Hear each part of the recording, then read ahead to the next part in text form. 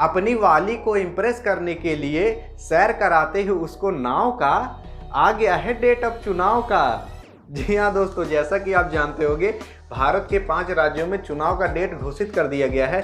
अब ये चुनाव कब कब होगा और ये कोरोना की वजह से क्या क्या कंडीशनें रखी गई हैं चुनाव पर, और ये आचार संहिता क्या होता है और आचार संहिता से नेताओं पर क्या प्रभाव पड़ता है, इन सब के बारे में समझने वाले हैं। तो जैसा कि आप जानते होंगे भारत के 5 स्टेट यानी कि 5 राज्यों में इलेक्शन का डेट घोषित कर दिया गया है। अब वो कौन कौन से राज्य हैं जहां पर इलेक्शन का डेट घोषित किया गया है, तो वो है यूपी यानी कि उत्तर प्रदेश, पंजाब, उत्तराखंड, गोवा और मणिपुर। इन 5 राज्यों में इलेक्शन का डेट यानी कि चुनाव का डेट, चुनाव कब होगा वो घोषित कर दिया गया है। अब कब कब होगा इसके बारे में चर्चा कर लेते हैं। तो सबसे पहले जान जाइए, उत्तर प्रदेश में 7 फेज में इलेक्शन होने वाला है। 7 फेज का मतलब ये है कि 7 अलग अलग दिन और उस 7 दिन अलग अलग स्थान पर इलेक्शन कराए जाएंगे। अब उत्तर प्रदेश में कब कब इलेक्शन होगा उसको जान जाइए। तो उत्तर प्रदेश में सबसे पहले इलेक्शन होगा 10 फरवरी को। 10 फरवरी को उत्तर प्रदेश में इलेक्शन होना चालू होगा। फिर उसके बाद होगा 14 फरवरी को, फिर 20 फरवरी, फिर 23 फरवरी, फिर 27 फरवरी को इलेक्शन होगा। और फिर उसके बाद डायरेक्ट मार्च में इलेक्शन होगा। 3 मार्च और 7 मार्च को इलेक्शन होगा। तो ये 7 दिन आपके उत्तर प्रदेश में इलेक्शन होने वाले हैं। और उत्तर प्रदेश में कुल सीटें हैं 403 और जो पार्टी पा जाएगा 202 सीट से अधिक या फिर 202 सीट तो वो विजेता हो जाएगा, वो पार्टी विजेता हो जाएगी। पंजाब में इलेक्शन होगा 14 फरवरी को और पंजाब में कुल सीटें हैं 117 सीट। अगर जो पार्टी 59 सीट यानी कि 59 सीट पा जाती है या फिर उससे ज़्यादा तो वो विजेता हो जाएगी। उत्तराखंड में भी 14 फरवरी को ही होगा और उसमें कुल सीटें हैं 70। जो व्यक्ति 36 पा जाएगा, जो पार्टी 36 सीटें पा जाएंगी या फिर उससे अधिक तो वो विजेता हो जाएगा। गोवा में भी 14 फरवरी को होगा, यहाँ पर कुल सीटें हैं 40 और जो पार्टी 21 पा जाएगी या फिर उससे अधिक वो विजेता हो जाएगी।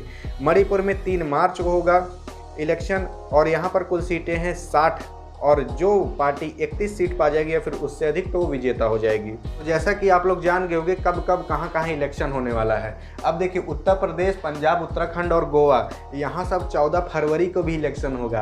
अब 14 फरवरी सुनते ही आपके मुँह में मुस्कान आ गई होगी। क्यों? क्योंकि भैया जानते ही वैलेंटाइन डे मनाया जाता है। अब आराम से वैलेंटाइन डे मना के जाइएगा, वोट दे के आइएगा, अपनी वाली कमल दे दीजिएगा, कमल पे वोट दे दीजिएगा। हाथी घूमने का मन करेगा तो हाथी वोट दे दीजिएगा। अगर आपको साइकिल से जाते हो वोट देने, साइकिल पे वोट दे दीजिएगा। मजाक कर रहा हूँ, किसी के पार्टी की ओर से नहीं बोल रहा हूँ। पता लगा आपकी वाली आपको एक चाटा मार दी तो हाथ पे वोट दे दीजिएगा। देखिए, मजाक कर रहा हूँ, किसी की पार्टी तरफ से हम नहीं बोल रहे हैं, किसी को भी प्रमोट नहीं कर रहे हैं, हम मजाक कर रहे हैं। अगर जैसा कि आप जान गए कब कब कहाँ कहाँ इलेक्शन होने वाला है। अब हम बात करते हैं ये जो इलेक्शन होता है इन सब की डेट रखता कौन है। रुक, यही सीटी दे रहा है, बंद करके आ रहे हैं। हाँ आ गए, वो कुकर सीटी दे रहा था ना तो उसको बंद करने चले गए थे। अभी नहीं बंद कर देते मम्मी हमारी हाथ रख देते तो यहाँ पर हाथ छप जाता। मजाक कर रहे हैं। देखिए, किसी पार्टी का ना विरोध कर रहे हैं ना किसी पार्टी के पक्ष में बोल रहे हैं। अब हम बात करते हैं जो भारत में इलेक्शन होता है, किसी राज्य में जो इलेक्शन होता है, अब उसको डिसाइड कौन करता है कि इस तारीख को इलेक्शन होगा, कैसे इलेक्शन होगा और तो और कहाँ कहाँ इलेक्शन होगा, इन सबको कौन डिसाइड करता है। तो वो करते हैं जो भारत के इलेक्शन कमीशन है यानी कि इलेक्शन कमीशन ऑफ इंडिया यानी कि चुनाव आयोग लोग डिसाइड करते हैं कि यहाँ यहाँ इलेक्शन होगा, ऐसे ऐसे इलेक्शन होगा और ये कंडीशन रखी जाएंगी, ये नियम रखे जाएंगे। तो वो चुनाव आयोग यानी कि इलेक्शन कमीशन ही डिसाइड करते हैं। और जब इलेक्शन कमीशन आकर बोल देते हैं कि यहाँ यहाँ इस तारीख को इलेक्शन होगा तो उसी टाइम वहाँ पर आचार संहिता लागू कर दी जाती है, वहाँ पर आचार संहिता लग जाती है। जैसे कि इलेक्शन कमीशन ने यानी कि चुनाव आयोग लोग ने बोल दिया उत्तर प्रदेश, पंजाब, उत्तराखंड, गोवा, मणिपुर में अब इलेक्शन होंगे इस तारीख को, यानी कि इन 5 राज्यों में अब ये आचार संहिता लागू कर दी गई है, वहाँ पर आचार संहिता लग गई है। अब ये जो आचार संहिता है ये कब तक लगी रहती है इसके बारे में आगे चर्चा करेंगे। अब चुनाव आयोग लोग ने आकर बताया है कि यहाँ पर इलेक्शन होगा तो कुछ कंडीशन रखी हुई होंगी, तो कैसे इलेक्शन होगा इन सब के बारे में समझते हैं। तो चुनाव आयोग ने बोला है कि अब आप जो मीटिंग कर पाओगे यानी कि जो आप अपना प्रचार कर पाओगे चुनाव का, वो कर पाओगे वर्चुअल मीटिंग के थ्रू। वर्चुअल मीटिंग का थ्रू मतलब ये होता है यानी कि आप अपना प्रचार आप वर्चुअली कर पाओगे। वर्चुअली का मतलब ये यानी कि फ़ोन से कर पाओगे, टीवी से कर पाओगे, इन सब की मदद से अब आप अपना प्रचार कर सकते हो। यानी कि आप जैसे कि मान लीजिए बड़ी बड़ी टीवी लगवाओ, जहाँ जहाँ लगवाना है वहाँ पर लोग आएंगे, आपका देखेंगे आप क्या बोल रहे हो, देश क्या संबोधित कर रहे हो लोगों को, तो वो इस तरीके से अब आप अपना चुनाव कर पाओगे। अब आप अपनी रैली नहीं निकाल पाओगे, आप अपनी पार्टी की सभा नहीं बैठा पाओगे, यानी कि चुनाव सभा नहीं कर पाओगे, ये सब आप नहीं कर पाओगे कोरोना के मारा। अब आप वर्चुअली कर पाओगे। वर्चुअली मतलब जैसे कि आप फेसबुक का यूज़ कर सकते हो और यूट्यूब का यूज़ कर सकते हो, टीवी का यूज़ कर सकते हो। तो इस तरीके से आप अपने चुनाव का प्रचार कर सकते हो, बड़ी बड़ी टीवियाँ लगवा सकते हो। तो जो आदमी ये सब ज़्यादा कर लेगा उसका ज़्यादा पावर बनेगी, यानी कि उस संभावना बनेगी जीतने की।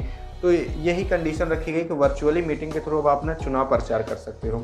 और चुनाव आयोग ने बोला है कि जो कोरोना पेशेंट हैं, यानी कि जो कोरोना मरीज हैं, वो लोग भी अब वोट दे सकेंगे। क्या वो लोग भी वोट दे सकेंगे? कैसे? तो व्यवस्था की जाएगी पोस्टल बैलेट की। पोस्टल बैलेट का मतलब जो कोरोना पेशेंट है वो लोग पोस्ट कर सकेंगे अपना ये वोट, यानी कि किसको हमने दिया है वो भी अब दे सकेंगे वोट।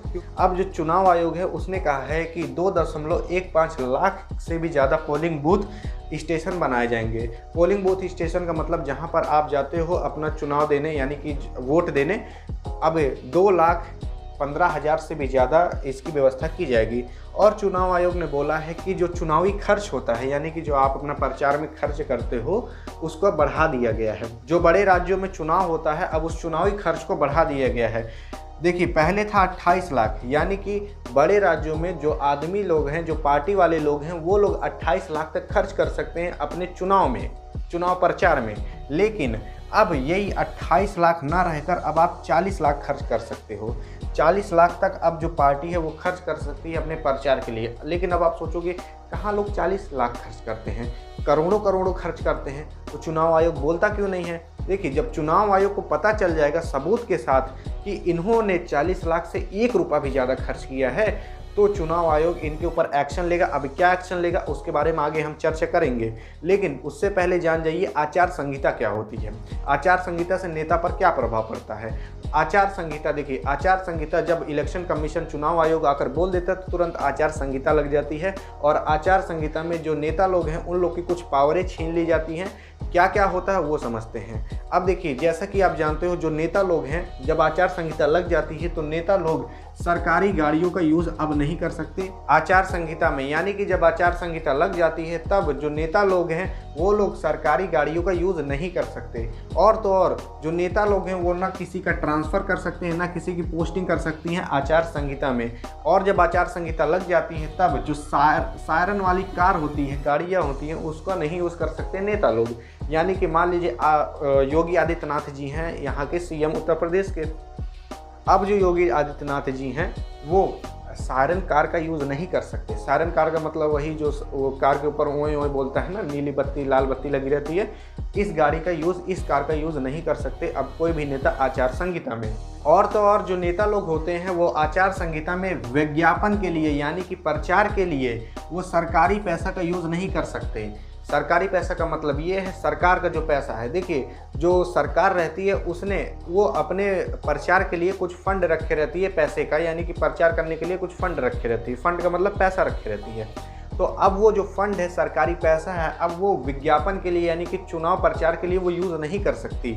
अब आप सोचोगे अब ये प्रचार करने के लिए रखा ही क्यों जाता है शुरुआत में जब आचार संहिता नहीं लगी रहती।